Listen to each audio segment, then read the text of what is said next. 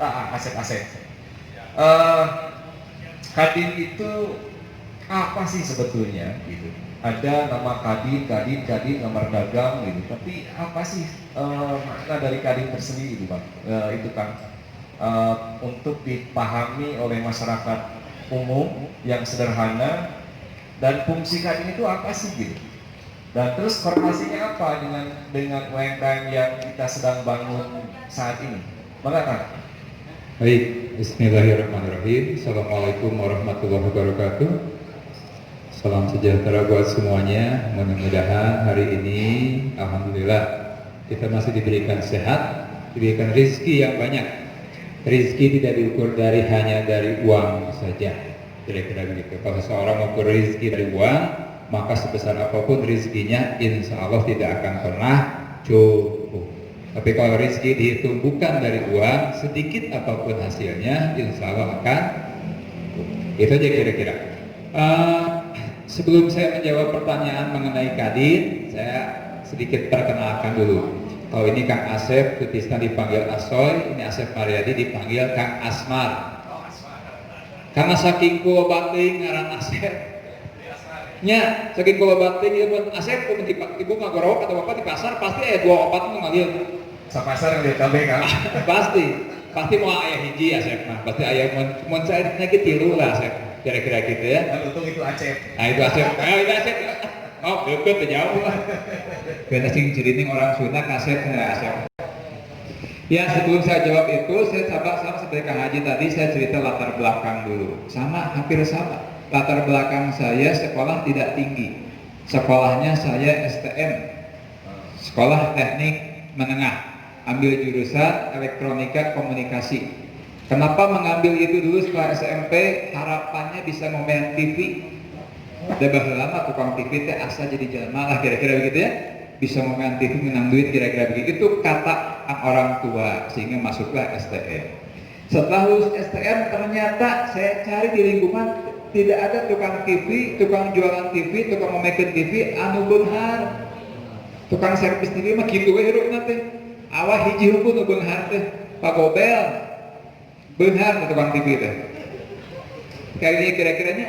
Tapi saya tersurvei ke Pak Gobel hanya ke harita surveinya ke Cikampunung, surveinya ke Plaza. Nah kieu tukang TV teh hariwang ieu mau jadi tukang TV saya yang jadi pengusaha kira-kira begitu.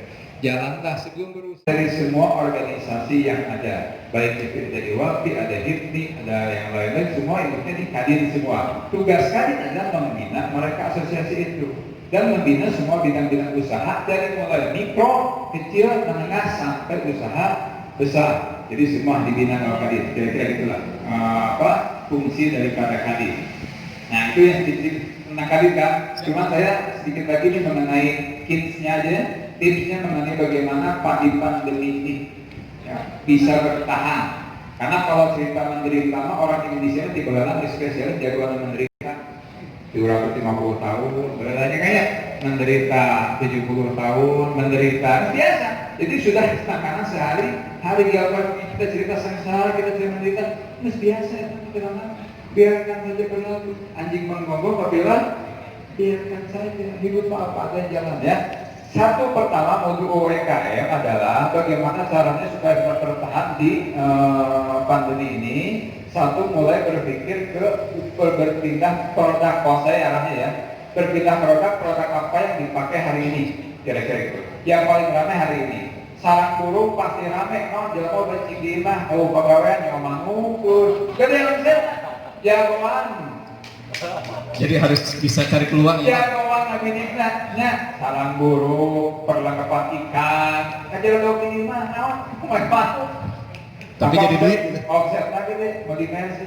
Kira-kira tipsnya tukang manuk bisa mau dimensi. Nah, yang kedua, yang produk itu, kemudian cash flow turunkan. Saya juga hilang omset sekitar 75%, cash flow diturunkan. Saya sama tiga Kang Selamat, Kang Mahfud, Mama Kemersi, wayahna cash flow-nya turunkan lah naik brio. Nyumput atau nyumput? Nyumput. Mersi nama ayah, enggak. Emang berukan barunya dijual ke saham beli, dipakai bensin borosna. Makai brio lagi. Ya sekolah dilakukan dulu, kira-kira gitu lah. Kita naik ini pakai Mercedes. Ya, kan naik ke pakai Mercedes Allah. Optimis saja. Apa yang bisa kita lakukan, tidak bisa kita Gusti Allah. Kira-kira gitu. Ya, itu perhatikan itu saja. Kemudian servis, jangan lupa medsos, tetap Anda jadi yang utama medsos. Yang terpenting dari keseluruhan adalah mentalnya yang paling kuat. Mental pengusaha dan mental lemah diberi teori 150 teori ini mau dijalankan, percaya kalau mentalnya lemah. Pertanyaannya bagaimana menguatkan mental? Pemasaran. Jadi lamun kuat mental jalan terus. Tapi Kuat mental mah teori kita akan kok pasti teori ini dijamin kalau bahasa kuat. Paling kuat, manuk ya mental kuat. jadi lamun teu kuat mental jadi mental gitu ya kan. Akan gua pelatihan teh dijamin teh. Moal. Kamu nggak pikiran pelatihan tukang motor moal. Loba tanya kuat mental lain gitu. Eta untuk apa kuncinya mah? Bagaimana menguatkan mental?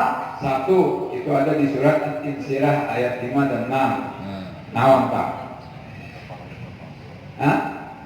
Alam nasroh wa inna ma'al usri wa inna ma'al usri usron, 2 kali diulang lagi. Di mana ada kesulitan pasti ada. Percaya we katanya ke masa sulit itu menjalankan akan indah pada waktunya, dijamin.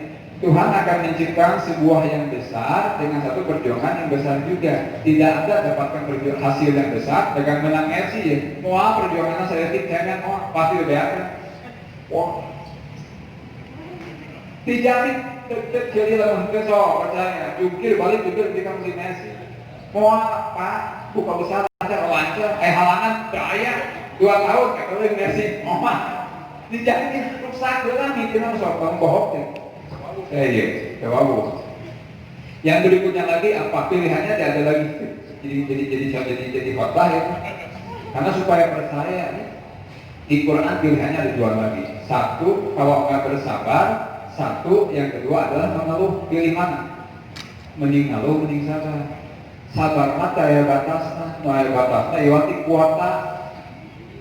Ya, 2 giga, 3 giga di batasan. Sabar mah tidak ada tasnya. Eta aya dina surat Ibrahim dan salah maka itu jadi ustadnya.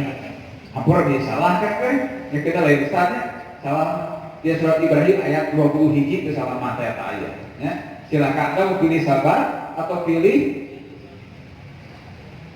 mengeluh. Ngomong ngeluh ya. Ngomong ngeluh ke pemerintah mah wis.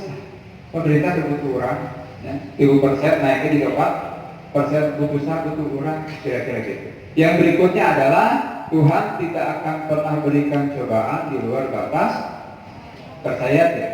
Di surat Nawan Al-Baqarah 28 benar buka anu masuk Quran namanya. Sok baca. Lamun percaya katanya berarti percaya kan? Eta. Kira-kira eta lah. Itu yang menguatkan mental saya dalam mau diomongan ku jelema mau percaya. Tapi kalau hasil dari situ tenang weh. Tuhan tidak akan pernah menciptakan cobaan di luar batas kemampuan umatnya. Yang kedua pilihannya sabar atau mengeluh. Pilih bersabar. Karena sabar itu tidak berada batasnya. Berikutnya adalah tadi di dalam kesulitan pasti ada kemudahan. Itu saja yang menguatkan mental bekal dari saya ya. Karena kalau posisi cerita mingset dan saya gini mingset UKM tidak bisa makan, saya mah tidak bisa makan, kudu nyicil mobil ongkoh, kudu nyicil motor ongkoh, nyicil 5 lebih ribu sebenarnya kalem lah. Asoy saja pentingnya. Assalamualaikum warahmatullahi wabarakatuh. Asoy kisahnya kan luar biasa. Jadi nambah ilmu ya luar biasa ya. Alhamdulillah. Jadi tidak rugi kan Bapak Ibu bisa datang hari ini. Selain kita dapat ilmu berbisnis, nama juga keimanan kita. Amin ya Allah ya Rabbal alamin. Selanjutnya si ganteng kalem ya, tapi gantengnya masih menang saya. Nah, ini politikus tidak jauh berbincang dengan politik, strategi. Nah, bagaimana sih pemerintah Kota Cimahi khususnya mengupayakan supaya pelaku-pelaku UMKM itu bisa berkembang, bisa maju, bisa bersaing tentunya dengan pelaku-pelaku yang lebih besar. Maka Kang Jamal.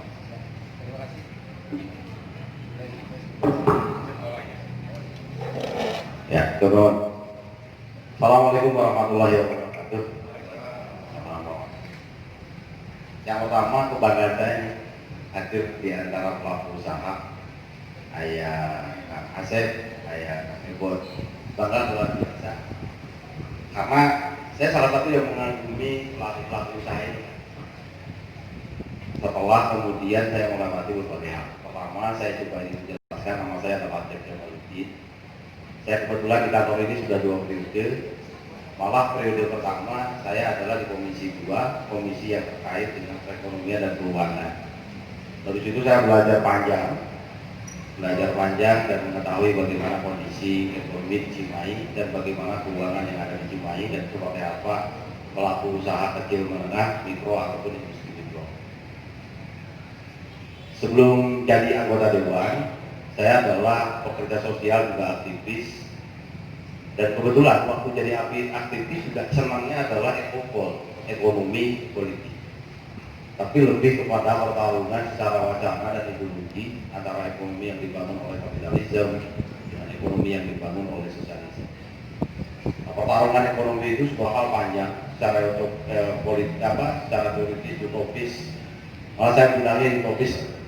Tapi bagaimanapun kehidupan perekonomian di dunia mereka lah yang mengendalikan. Hampir seperti itu. Malah kemudian ada sebagian kekuatan yang memiliki akses ekonomi yang luar biasa bisa ngatur negara. Ini kenyataan yang tidak bisa kita pungkiri. Salah satunya adalah faktualnya di mana kemudian krisis 1998 sekira pada si George Soros tarik duitnya di Indonesia, kemudian dolar berkurang, kebutuhan kita dolar tinggi, akhirnya ambruklah harga rupiah, berimbas terhadap multidimensi berikut persoalan politik. Begitu datang lagi IMF bahwa disunting duit BRD Indonesia, pan mengerikan ya, situasi model kayak ini.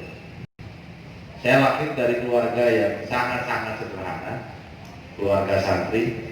Bapak saya adalah seorang ustadz, maka pendidikan saya adalah di pesantren. Saya pendidikan di pesantren dari kelas 6 SD saya sudah disimpan di pesantren. Di situ dilatih kemandirian dengan segala keterbatasan ekonomi. Jadi saya adalah orang yang merasakan isukan sekolah ongkosnya di mana. Jadi saya merasakan pahit betul ketika bapak saya adalah anak keluarga yang merasa sederhana, memaksakan saya harus sekolah SMA sampai kemudian keluar kalimat saya itu bukan itu kejedok daripada aku ketarang, utang lantung. Kemudian harus harga diri kita biaya budak supaya sekolah berlanjut sampai kuliah dan sebagainya, sampai satu hari saya harus kuliah lagi ikut, dan setelah 1 semester saya dipanggil oleh bapak jam 9 malam. Bapak saya lagi di kamar gelap, nggak pakai lampu, bahasanya gitu, cek namun mana yang diteruskan kuliah pek kumamane soke kumamane, bapak nggak sanggup kebiayaan, bapak dicicing, dia punya harapan mau. Itu kalimat yang disampaikan oleh bapak saya di mana. Orang lagi semangat belajar, semangat kuliah, mendengar seperti itu ambruk luar biasa.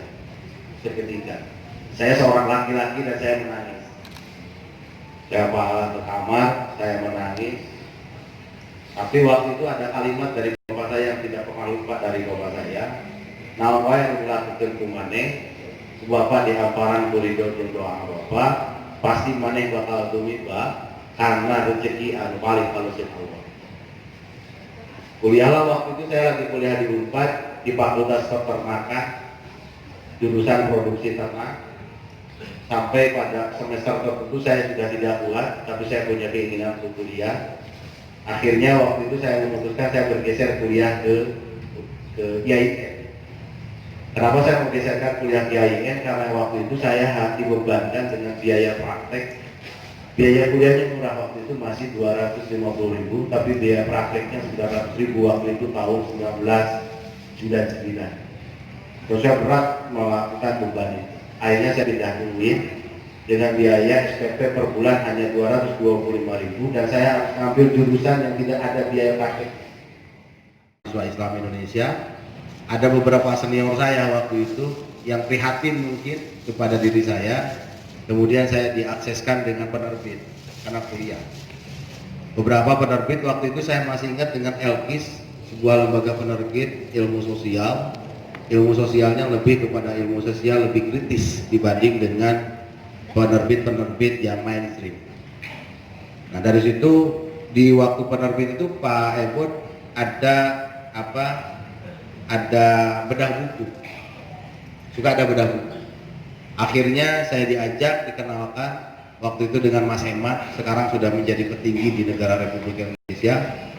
Kata Mas Hemat, kamu bedah mal buku ini biaya bedahnya segini, kamu kumpulin mahasiswanya, dikasih buku segini, kamu kejual silakan, enggak terserah kamu.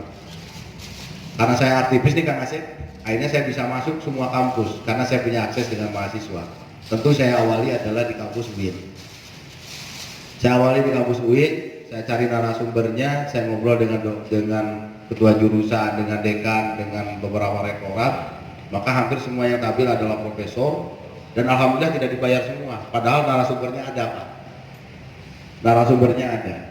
Setelah itu mau berjalan, karena saya melihat peluang itu sebagai peluang bisnis dan bisa menghidupi perjalanan saya, maka tadi tip-tip yang disampaikan oleh Pak Ebon, oleh Kang Asif, jadi saya teringat, tadinya saya nggak akan ngomong ini. Saya tidak akan ngomong ini, tapi saya teringat dengan tip-tip itu, dan adalah tip yang luar biasa. Nah, akhirnya berjalan dengan waktu, saya adalah mahasiswa miskin yang punya fasilitas melebihi daripada orang kaya Pak Ebon.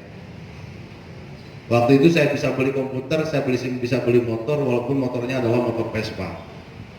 Tapi dari mana itu? Dari bisnis yang saya kerjakan, persoalan buku. Dari situ saya berkembang, bisnisnya tidak persoalan buku.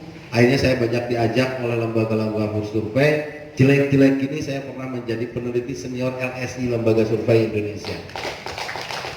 Hampir sebagai koordinator Jawa Barat, maka kalau kemudian waktu itu almarhum Pak Ito survei segala macam, Pak Ito nggak tahu bahwa peneliti seniornya adalah Cep Jamaluddin, nggak tahu itu. Kemudian juga saya pernah bekerja sama, saya pernah di hire oleh Kang Yudi Latif, ingat ya, tahu Kang Yudi Latif? Yudi Latif itu pernah jadi rektor Paramedina, peneliti senior di Jawa Barat. Saya waktu itu riset bukan di Paramedina, tapi di Reform Institute. Dan yang terakhir, saya pernah juga menjadi tenaga riset di AC Nielsen. Pasti dengar kalau Kadin. Kenapa? Karena AC Nielsen adalah sebuah lembaga riset khusus ke market, ke pasar. Saya pernah melakukan sensus sebuah produk di putaran Pak Ebon, dari rumah ke rumah gitu. Dari warung ke warung, sensus terkait dengan produk rokok, produk apa segala macam. Dari situ saya banyak pengetahuan. Banyak depresi. Resesi itu lebih istirahat, tapi tingkat pertumbuhan ekonominya sudah tidak meningkat, malah cenderung turun. Tapi kalau depresi dia sudah minus. Hari ini depresinya, supaya tidak terjadi depresi, maka pemerintah harus ngambil resiko. Resikonya apa? Ada dua resiko. Pertama adalah resiko kalau kemudian PSBB ini diteruskan, maka resikonya ekonomi akan ambruk, depresi. Tapi kalau kemudian PSBB tidak diberlakukan, maka ada resiko. Resikonya adalah kesehatan, penularan COVID pandemik ini akan terjadi di mana-mana, dan over capacity buat rumah sakit dan tenaga medis, maka penanganan terhadap si COVID akan berbahaya dan tingkat kematiannya akan tinggi. Dari dua sisi itu, pakai kaidah usul fikih dihadapkan dengan dua persoalan itu, maka madaratnya mana yang paling gede? Ternyata madaratnya yang paling gede adalah ketika kemudian PSBB ini terus dilanjutkan, maka kemudian depresi ini akan terjadi, masyarakat turun daya belinya. Ketika masyarakat turun daya belinya dan kesediaan pangan tidak ada, maka akan berimplikasi chaos secara sosial. Dan prediksi ahli dan hitungan kami, chaos ini akan melebihi daripada chaos tahun 1966. Chaos tahun 1998 itu nggak ada artinya, sedikit pun. Itu chaos yang hanya terjadi pusatnya di Jakarta, di daerah tidak terlalu berdampak, paling hanya gelombang manusia saja. Tapi chaos 1966 itu bukan terjadi di Jakarta, bukan terjadi di kota-kota besar, tapi terjadi sampai di daerah, di desa-desa, saling bunuh. Nah, kalau ini dibiarkan, chaos ini akan melebihi dampaknya dari 1964. Maka pemerintah, perekonomian, produktivitas harus jalan, ekonomi harus jalan, tapi kesehatan harus diperhatikan. Cara memperhatikannya adalah dengan melakukan physical distancing, social distancing seperti begini, tapi tidak menghilangkan produktivitas. Yang kedua, bagaimana dengan kondisi di Cimahi? Dengan kondisi di Cimahi, perekonomian hari ini yang kena dampak yang luar biasa. anggaran-anggaran untuk perekonomian di tahun ini hari ini dialihkan semuanya kepada COVID. Awalnya kita menggeser anggaran dari belanja barang jasa kita yang hampir 600 miliar itu, sudah kita geser awalnya 64 miliar, tapi kemudian tidak cukup, kita geser lagi menjadi 191 miliar. Dari 191 miliar, itu di dalamnya yang kena pangkas adalah stimulasi untuk fasilitasi, inkubasi, dan akselerasi. Inkubasi untuk menciptakan pelaku usaha baru, akselerasi adalah untuk memfasilitasi pengusaha untuk meningkatkan produktivitas dan income-nya. Yang diakselerasi salah satunya adalah persoalan izin IRT segala macam. Itu gratis sesungguhnya, sudah ada diprogramkan.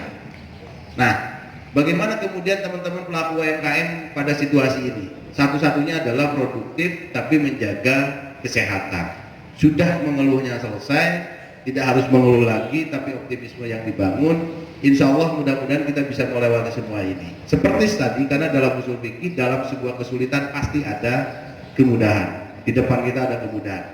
Nah, dari cerita ini semua terkait persoalan pemerintah kota, seperti apa pemerintah kota melihat persoalan new normal ini. Pemerintah kota sama hari ini adalah bagaimana kemudian mendorong produktivitas warganya sehingga daya belinya bisa meningkat. Kalau daya belinya tidak meningkat, maka kemudian dia akan memasukkan kemiskinan. Yang kedua, perlu saya sampaikan kepada pelaku usaha UMKM bahwa pemerintah kota sudah menganggarkan dan memfasilitasi terkait dengan halal dan segala macam. Bagaimana itu bisa diakses? Diakses lewat nanti Teknopark dan dinas dikoordinasikan. Kang Asep ini adalah mitra kerjanya. Kang Oleh ya? Kang Oleh. Oke. Nanti Kang Asep mitra kerjanya. Oke, itu saja. Nanti silakan kalau ingin ada pertanyaan terkait persoalan policy ekonomi yang ada di Cimahi. Saya persis masih tahu karena kebetulan saya mantan Komisi 2, dan yang kedua saya adalah badan anggaran. Jadi saya persis tahu bagaimana stimulus anggaran yang ada di perekonomian. Terima kasih. Allahumma muwaffiq ila aqwamit thoriq. Assalamualaikum warahmatullahi wabarakatuh. Waalaikumsalam. Alhamdulillah pada hari ini kita kedatangan Wakil Ketua DPRD Provinsi Jawa Barat, Kang Haji Oleh Soleh, Wilujeng Sumping di Cimahi. Enggak cari Kang. Wakil Ketua DPRD. Plus dulu. Nah, alhamdulillah ya pada hari ini yang kita tunggu-tunggu bisa datang juga. Turun Kang. Sambil istirahat, saya ke Bank BJB dulu mungkin. Kang. Kalau saya ngomong Bank BJB nanti saya bongkar dulu kan. Jadi BJB ini adalah salah satu bank yang didirikan awalnya itu oleh pemerintah daerah Jawa Barat. Tapi sekarang sudah bergeser menjadi bank nasional. Kira-kira ada program nggak Kang yang bisa diakses untuk para pelaku UMKM yang ada di Cimahi? Khususnya tentu saja pasti permodalan. Nah, bagaimana cara pengajuan dari pelaku-pelaku UMKM ini bisa mengakses program-program yang ada di BJB? Kang, dipersilakan. Dari Bank BJB. BJB itu terbagi dua Pak dan Ibu. Ada BJB Syariah dan ada BJB konvensional. Kita tahun 2010 ikut hijrah dari Bank BJB biasa ke Bank BJB Syariah dengan harapan mendapat ketenangan yang lebih gitu. Adapun untuk laba itu nanti tetap disatukan dan dilaporkan lagi ke gubernur. Tetap, tapi BJB ada BJB Syariah dan BJB konvensional. Dan kami berdua adalah yang ikut hijrah, gitu. Istilahnya seperti itu mungkin.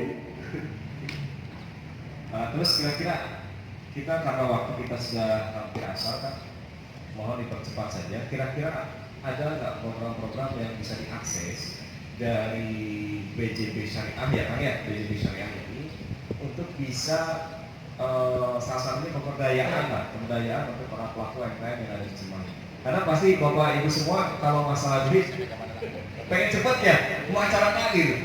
Nah, Kang, Iya, salah satu visi dan misi BJB Syariah itu ikut membangun UMKM di Jawa Barat sendiri. Mengenai permodalan, kita sebenarnya memang sudah ada produknya gitu, yaitu untuk UMKM di beberapa platform ada yang 50 sampai 100, 100 sampai 200 dan sampai 500 gitu. Memang kalau Bapak Ibu untuk membutuhkan permodalan, bisa untuk langsung ke BJB Syariah gitu. Sebenarnya ada Pak untuk produk-produknya, cuman beberapa ketentuan harus terpenuhi dan ketentuan itu juga masih bisa dinegosiasikan. Jadi kita tidak baku, adapun SOP itu harus dilaksanakan, tapi SOP itu masih bisa dinegosiasikan. Bisa nego, bisa nawar. Ibu-ibu biasanya nawar. Gitu. So, terus Kang, mulai Kang. Diinfokan ke kami, biar kami juga bisa menggali potensi-potensi yang ada. Bismillahirrahmanirrahim. Assalamualaikum warahmatullahi wabarakatuh. Bismillahirrahmanirrahim.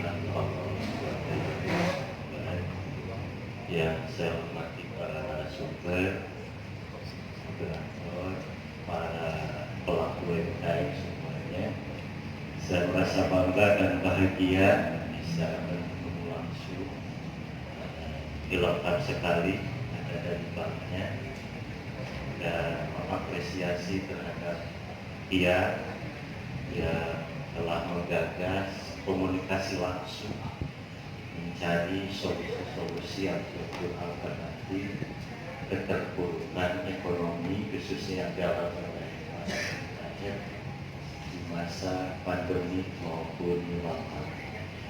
Baik Bapak semua, tentu sebagai fungsi legislatif untuk senantiasa terus-menerus bagaimana telinganya dipergunakan untuk mendengar apa yang menjadi cerita masyarakat, matanya harus senantiasa melihat aktualisasi keadaan yang ada di masyarakat, pikirannya juga harus disatukan dengan hatinya, bagaimana agar nawaitunya betul-betul lurus sesuai dengan janji-janji ketika dia berkampanye.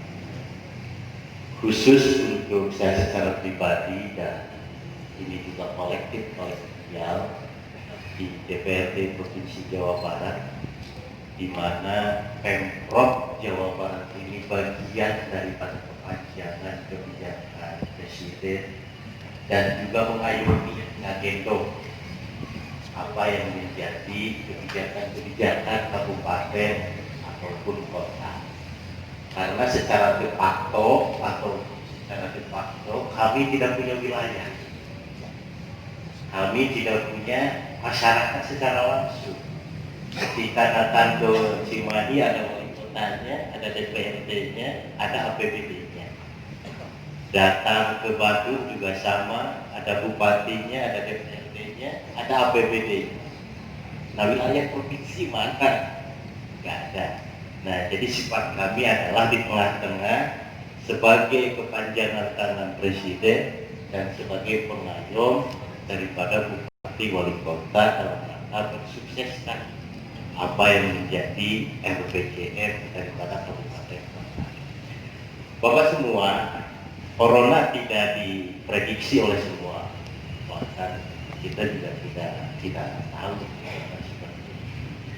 Tapi ini alhamdulillah masyukurillah, khususnya Jawa Barat, kita provinsi yang paling terendah terhadap kasus positif.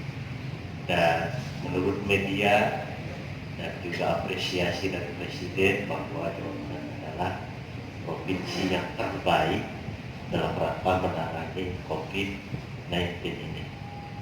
Mudah-mudahan darurat ekonomi yang diakibatkan, darurat kesehatan akibat pandemi corona ini juga mudah-mudahan penanggulangannya juga terbaik di Indonesia dan mudah-mudahan di dunia. Bapak semua, bahwasanya untuk penanggulangan secara instan hari ini tentu tidak semudah membalikan tangan. Karena apa? Karena refocusing anggaran yang dilakukan oleh pusat, provinsi hingga daerah hanya tertuju kepada 2A. Pertama, soal bagaimana melayani orang-orang yang sudah terkena positif. Yang kedua adalah pencegahan. Semua APBD seperti itu. Dan yang ketiga adalah sosial. Nah, bagaimana mengantisipasi ekonomi belum, karena memang 3 hal yang tadi, menangani orang yang sakit positif, yang kedua adalah pencegahan, yang ketiga adalah sosial safety. Bapak semua, tentu apa yang menjadi diskusi hari ini adalah bagian daripada catatan yang sangat penting, dan saya akan suarakan di pembahasan perubahan yang akan datang bulan Agustus dan September, ditetapkan bulan Oktober ataupun November.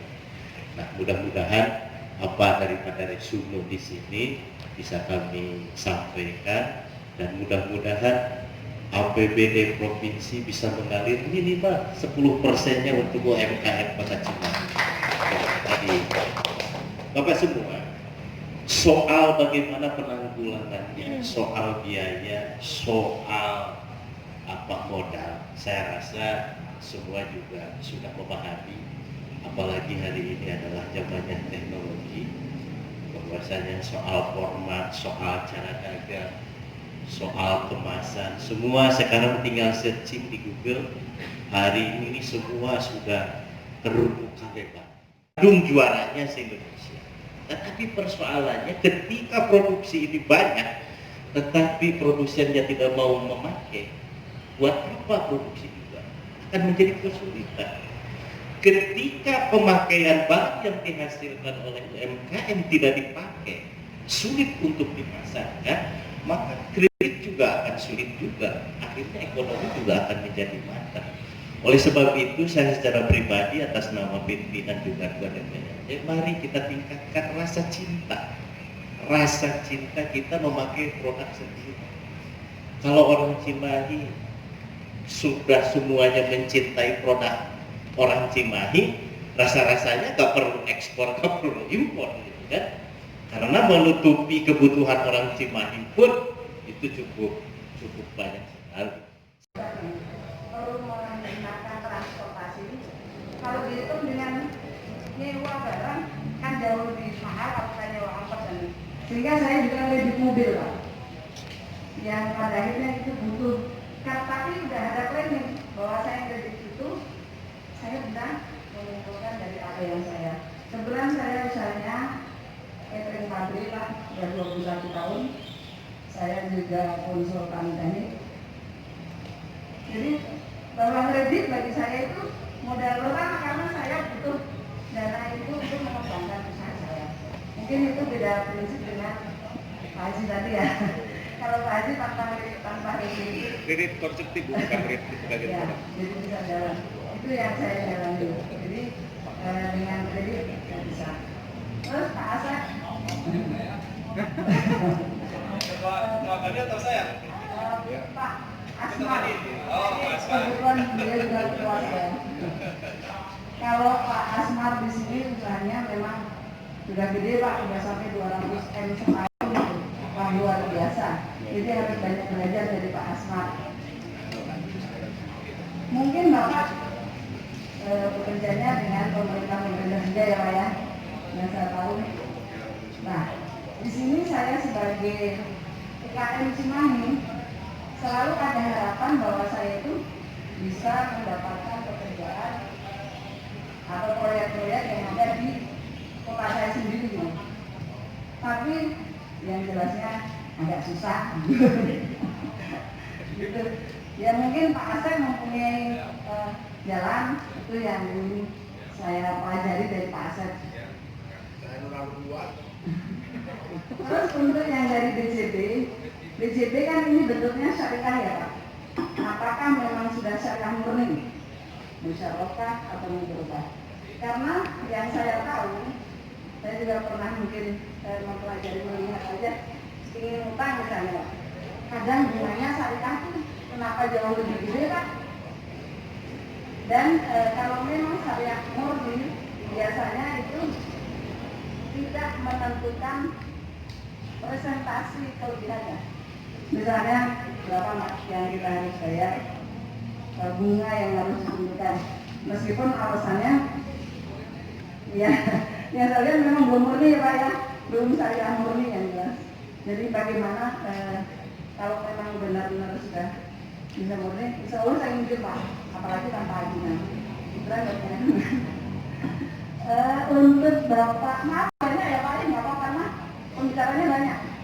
Untuk Bapak itu Kang Haji Oleh yang di DPRD. Tadi Kang Haji jawab masalah UKM, mencintai UKM sendiri. Cimahi sudah ada, bila beli yang dari kata yang Asep. Itu benar. Tapi prakteknya juga memang belum maksimal kan. Pengennya UKM itu dicontohin oleh pejabat. Pengennya dicontohin Pak. Kalau misalnya gini. Kalau ada saya pakai bisa pilih. Saya pernah buka gerai. Ya Pak. Contohin. Pengen saya dewan-dewan yang akan pintar ke daerah-daerah itu cobalah bawa produk yang ada di daerah kita. Minimal kan oleh-oleh, jangan sampai yang saya lihat nggak bawa itu Pak, mungkin malah produknya yang Pendapat adalah kredit konsumtif ya. Kalau kredit untuk menunjang usaha itu harus ya. Karena apa? Banyak orang usaha, saya punya rekan terjumus ya, usaha udah jalan, tapi karena terlalu mengedepankan gaya hidup itu usahanya berhenti ya. Itu banyak. Contoh ya, kasus belum waktunya rumah direnovasi dibikin 2 lantai, biar uang tinggal ikut tetangga ya, ngambil uang modal, padahal uang itu adalah barang-barang titipan seperti itu ya. Terus belum waktunya kredit Avanza, ya kelihatan usahanya berhasil kredit Avanza, padahal yang namanya usaha itu kan ada pasang surut. Ini pengalaman saya tuh ya, saya tahun setelah nikah tahun 2003-2004 usaha saya udah lumayan, tapi saya tetap masih kontrak. Padahal saya sudah bisa beli rumah senilai 400 juta sudah bisa. Tapi anggapan saya bahwa rumah kontrak dan beli sendiri ditinggali sama saja. Lebih baik dana itu untuk mengembangkan usaha. Karena apa? Kalau usaha udah jalan, istana juga bisa dibeli Bu. Ya. Istana bisa dibeli. Ya. Tapi jangan sampai usaha belum apa-apa, gaya sudah diduga. Jadi kreditnya kredit konsumtif, bukan kredit yang menunjang usaha. Ya. Kenapa? Orang Sunda biasa. Sampai saya pada saat itu, ya, ada yang orang nanya, kok nggak ambil rumah, gitu kan, malah ngeduin usaha seperti orang Cina saja, gitu. Makanya orang Cina sukses karena seperti itu, gitu kan. Kita lihat orang Cina agak gengsian, kontrak juga apa, walaupun lulusan luar negeri mau motor kiri, gitu kan. Jadi untuk sukses usaha tidak boleh gengsi, demikian. Nah, karena masalah COVID-19 ini, akhirnya saya fokus memperhatikan ekonomi, Pak. Dan saya pun jadinya kuliah di jurusan ekonomi. Karena sayang banget sama masyarakat Cimahi, ya, terutama dan masyarakat Bandung. Terus saya juga perhatikan ternyata yang bertahan di masa COVID itu adalah multimedia dan makanan, ya. Terus saya perhatikan juga, saya tuh kok tidak melihat tulisan makanan hasil produksi anak-anak Cimahi, tulisannya besar tuh, oleh-oleh Cimahi gitu, besar gitu di kemasan makanannya tuh. Saya tuh ingin ada itunya, jadi ketika misalnya saya bawa teman-teman saya juga kan mau buka juga ya tiketing ya. Nah gitu ya, besar tulisannya oleh-oleh Cimahi. Saya bangga loh sebagai orang Cimahi, saya ke Jakarta nih dari daerah gue gitu ya. Ini gitu kan asik banget ya, murah meriah, terjangkau 20 ribuan, bahkan banyak kan yang cemilan-cemilan itu besar 20 cm ya, 10 gitu ya, besar tuh 20.000 tuh ya, sekitar 20 cm itunya tuh. Nah itu terus kemana akhirnya saya kan saya karena pemerhati pendidikan, otomatis anggotanya banyak 50% guru, dan guru di bimbingan belajar dong sekarang di off kan, tidak digaji, kasihan banget. Akhirnya saya mengajak teman-teman untuk menjual makanan di online, tapi 500, 700 sebulan itu alhamdulillah daripada nggak ada. Nah saya yang bingung itu sertifikasi halal kemana, saya belum tahu, kita tolong ya Pak ya. Terus kemasan gimana dong, kalau ngajarin bikin kemasan seperti apa ya. Tapi alhamdulillah kan kita 500, 700 juga alhamdulillah, daripada kita minta-minta ke orang gitu. Jadi mohon info dari kongres ini ada notulensinya nggak, saya mau baca di mana ya. saya lebih baca kan maklum ahli pendidikan ya. Oke, sip, alhamdulillah. Instagramnya alamatnya ada, bisa nanti Ada. tahu ya. Jadi Oke. begini, maaf saya potong. Ya. ASOI itu nanti jadi wadah para pelaku UMKM.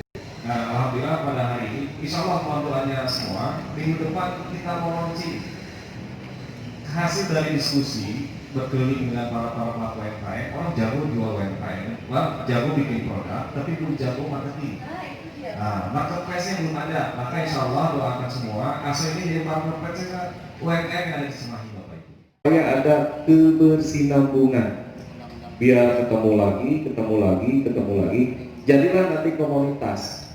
Nah, komunitas itu akan memunculkan berbagai macam peluang, saling dukung, saling doa, dan saling beli. Nah, kita realisasikan. Baik, terima kasih atas waktunya Bapak Ibu yang sudah hadir pada hari ini. Sebelum saya lupa, saya ada tadi janji mau kasih